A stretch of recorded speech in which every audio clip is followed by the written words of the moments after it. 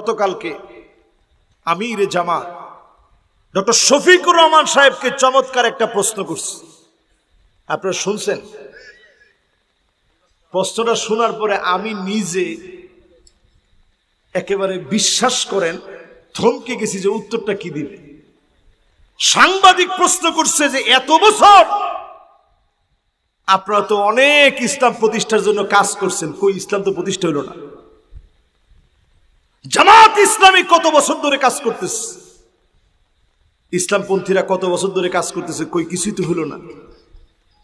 তাইলে কি আপনাদের কর্ম পদ্ধতির ভিতরে কোনো ভুল আছে? রাজনৈতিক পদ্ধতির ভিতরে কি কোনো ভুল আছে? আমি সঙ্গে সঙ্গে একটা উত্তর ঠিক করলাম নিজে নিজে। আমি হইলে কি উত্তর দিতাম? আমি হলে সাংবাদিকের এই তাৎক্ষণাৎ প্রশ্নের উত্তর, যেহেতু লাইভ অনেক টেলিভিশনে প্রশ্ন উত্তর দিতে হয়, আমাদের লাইভ প্রোগ্রামগুলো যখন করি লাইভ উত্তর দিতে হয়। আমি মনে মনে একটা উত্তর স্থির করলাম যে আমি হলে উত্তর কি দিতাম। আমি হলে উত্তরে বলতাম যে স্বাভাবিক কবে ক্ষমতায় আমরা আসব অথবা ক্ষমতা কবে পাবো, এই ক্ষমতা পাওয়ার জন্যে আমরা তো রাজনীতি করি না। আমরা রাজনীতি করি কার জন্যে? আরে কথা কয় না, কার জন্যে? তো আমরা যেহেতু আল্লাহর জন্য করি, পার্লামেন্টে কোরআন যাবে আল্লাহর জন্য, আল্লাহর দিন কায়েম হবে, এই চেষ্টা করার দায়িত্ব শুধু আমাদের। আস-সাইয়ু মিন্না ওয়াল ইতমামু মিনাল্লাহ, চেষ্টা আমাদের পক্ষ থেকে হবে, পরিপূর্ণতা যিনি দিবেন তিনি কে? আমি উত্তর দিতাম এইভাবে।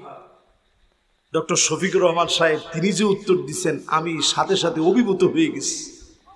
তিনি উত্তর দিতে গিয়ে বললেন, প্রিয় ভাই আমার, বাংলাদেশে 92% মুসলমান আছে।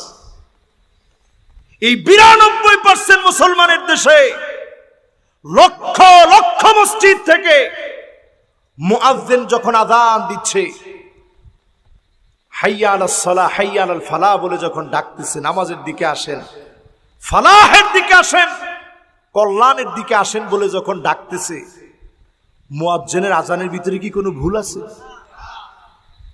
মুয়াজ্জিনের আযানের ভিতরে কোনো ভুল নেই, মুয়াজ্জিনের ডাকার পদ্ধতির ভিতরে কোনো ভুল নাই।